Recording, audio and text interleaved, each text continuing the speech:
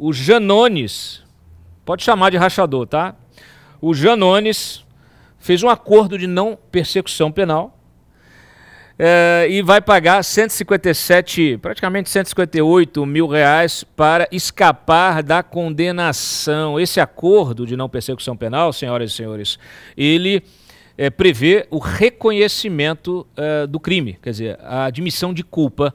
Ou seja, o Janones, que sempre disse que aquilo não existia, que era mentirosa, que aqueles áudios dos funcionários e dele mesmo, que aquilo tudo era uma invenção, que sempre falou que era inocente, sempre falou que era um cara, né? Aliás, que sempre acusou lá o Flávio Bolsonaro também de rachadinha, sempre usou essa questão da rachadinha como ferramenta ali do seu discurso, do seu enfrentamento político, teve de admitir que é um rachador. E é bom a gente dar nome ao crime, né? O crime de peculato. Muita gente acha que rachadinha parece uma coisa menor. Porque a imprensa, a imprensa tende a traduzir, muitas vezes, termos que são áridos, né, do juridiquês e tal, aí ela vem e dá uma carimbada com outro nome. Isso acontece muito também, às vezes em tramitação de projetos de lei, em PEC. A imprensa sempre tenta dar vamos dizer assim, embrulhar a coisa com uma frase forte, com uma palavra marqueteira, com algo assim. Para quê? Justamente para tentar alcançar um público maior, as pessoas assimilarem aquilo. E a gente não pode esquecer, rachadinha é peculato, é crime de peculato, tá? Léo, olha só que coisa incrível, né? Você passou antes de eu fechar na porta. Já acho que é a quinta vez que você passa na frente da câmera hoje. Você já superou o Zema. Eu acho que o senhor tá mais exagerado do que algumas denúncias aí da PGR, Cláudio. Olha aí, o cara na lata, hein? Fui provocar, já tomei uma invertida aqui. Olha só, ô Léo, como é que é isso, cara? O sujeito rouba o dinheiro público, se apropria do salário do funcionário, comete um crime desse, escapa da cassação, ele escapou da cassação porque, com a ajuda do Guilherme Boulos. E aí, beleza, tá tudo certo, faz um acordo aqui, eu pago uma multa em 12 vezes e tá tudo certo. Eu acho que assim, o problema é o duplo padrão, né? É tratar situações semelhantes de formas diferentes, né? Assim, eu não acompanhei especificamente a questão política desse caso, mas eu acho que a questão sempre para os advogados é voltar aos princípios. Aliás, não só para os advogados, para todo mundo. Vamos seguir os princípios, vamos seguir o que está escrito na lei, o que está disposto lá. Aliás, o Luan tinha feito um comentário, eu havia me esquecido de mencionar isso. Na época que o Michel Temer foi preso no Rio de Janeiro por determinação do Bretas, eu escrevi um artigo defendendo, porque ele estava sendo preso sem denúncia, sem absolutamente nada. Ele ia da casa dele para o escritório, almoçava no Latambu e voltava todo dia. Era isso que se sabia do ex-presidente Michel Temer. E mesmo assim o Bretas insistiu em prendê-lo. Eu escrevi um artigo que foi publicado no Instituto Liberal, e naquela época os liberais ou conservadores me chamaram de comunista. Eu só estava defendendo os princípios. Eu acho que defender os princípios do cidadão contra o Estado é dever de qualquer um que se diz liberal, libertário ou conservador. Carol. Esse caso das rachadinhas, eu falo muito isso do que a gente escuta de mídia, né, falando de política e o que a gente vive nos bastidores. Rachadinha é uma prática comum e não é uma defesa de rachadinha, que tem que explicar, porque já vão falar que eu tô defendendo rachadinha. Não, não estou.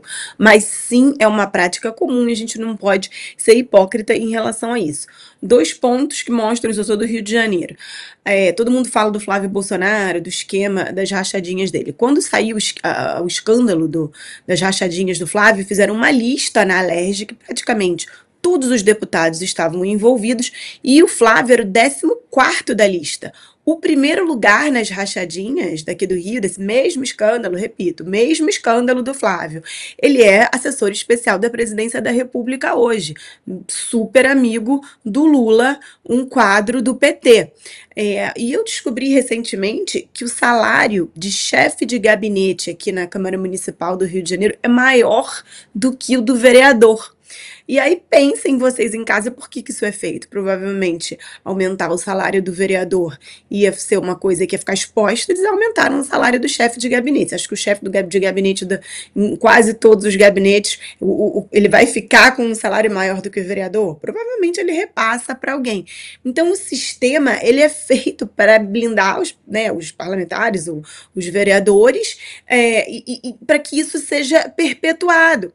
Mas o que a mídia faz, principalmente a esquerda, em relação a esse assunto do Flávio, escolhe um bode expiatório ali e vai.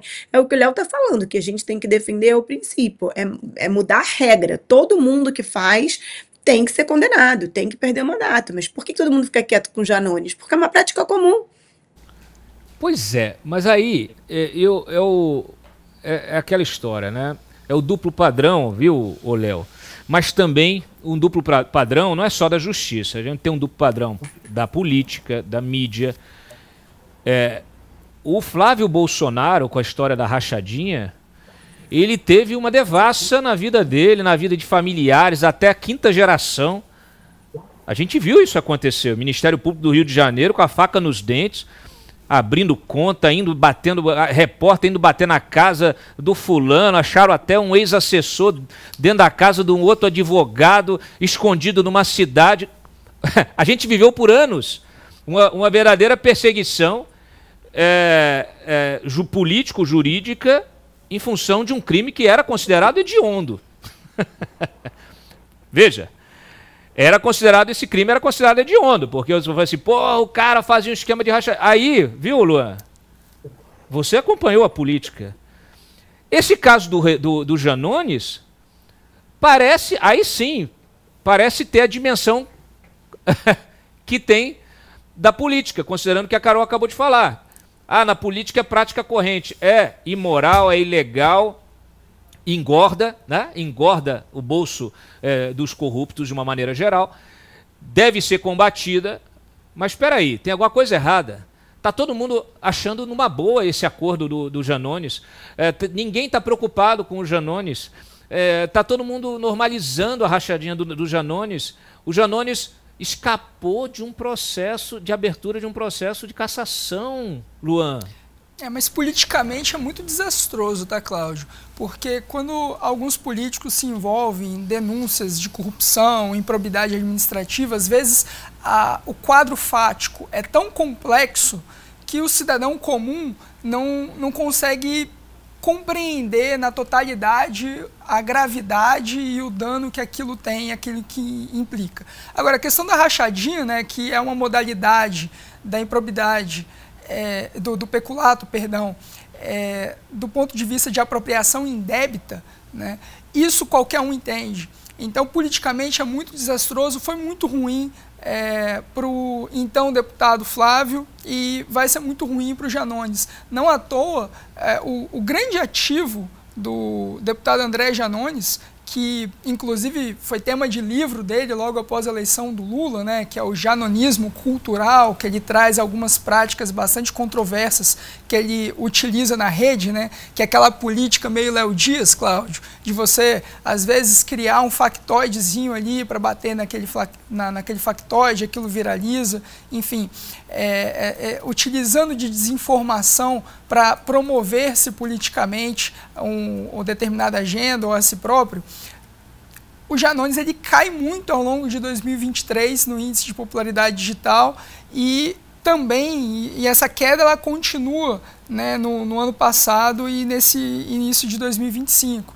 Então, a direita, né, os parlamentares da direita, a oposição, ela lida muito melhor com as redes sociais, com o engajamento, às vezes até 7 vezes a média de publicação acaba sendo superior, segundo o levantamento da Genial Quest, em relação a parlamentares da base do governo. E parte disso se deve justamente a essa queda de André Janones. E esse fato, né, que acaba acontecendo, esse processo e esse acordo que ele faz agora, toda essa questão da rachadinha foi um motivo de deterioração, de um pouco de fragilidade política dele, e isso é bom para o mandato dele, não é, Cláudio?